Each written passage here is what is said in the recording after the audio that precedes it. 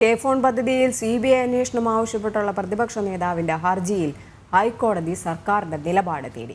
എതിർകക്ഷികൾക്ക് നോട്ടീസില്ല. ഹർജിയിൽ പൊതു താൽപര്യമല്ല പബ്ലിസിറ്റി താൽപര്യമെന്നും കോടതി പരാമർശിച്ചു.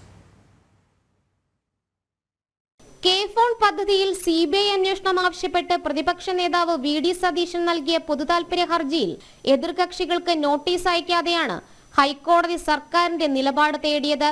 ഹർജി പരിഗണിച്ച വേളയിൽ ഹർജിയിൽ പൊതുതാൽപര്യമില്ലെന്നും പബ്ലിസിറ്റി താൽപര്യമാണെന്നും കോടതി പരാമർശം ഉണ്ടായി. കെ-ഫോൺ പദ്ധതിക്കെതിരെ CAG റിപ്പോർട്ടുണ്ടെന്ന് ഹർജിക്കാരൻ കോടതിയെ അറിയിച്ചു. റിപ്പോർട്ട് ലഭിച്ചിട്ട് കൂടുതൽ തെളിവുകൾ ഹാജരാക്കാമെന്ന് പ്രതിപക്ഷ നേതാവ് വ്യക്തമാക്കി.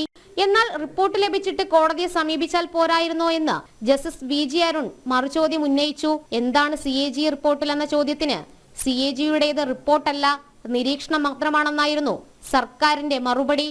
തുടർന്ന് ഹർജിയിന്മേൽ ഹൈക്കോടതി ഡിവിഷൻ ബെഞ്ച് സർക്കാരിനോട് നിലപാട് തേടുകയായിരുന്നു.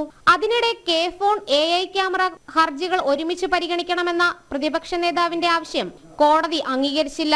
AI ക്യാമറ പദ്ധതിയുമായി ബന്ധപ്പെട്ട് 33 കോടി രൂപ കുടിശ്ശികയുണ്ടെന്ന് കെൽട്രോൺ അറിയിച്ചതിനെ തുടർന്ന് 11 കോടി കെൽട്രോണിന് നൽകാൻ സർക്കാരിന് കോടതി അനുമതി നൽകി. AI ക്യാമറ അഴിമതിയിൽ കോടതി മേൽനോട്ടത്തിൽ അന്വേഷണം ആവശ്യപ്പെട്ടുള്ളതാണ് ഹർജി. കെ-ഫോൺ പദ്ധതിയിൽ കരാർ നൽകിയതിലടക്കം അഴിമതി നടന്നുവെന്നാണ് CBI അന്വേഷണം ആവശ്യപ്പെട്ടുള്ള ഹർജിയിൽ VD സതീശന്റെ ആക്ഷേപം. ജനം, കൊച്ചി.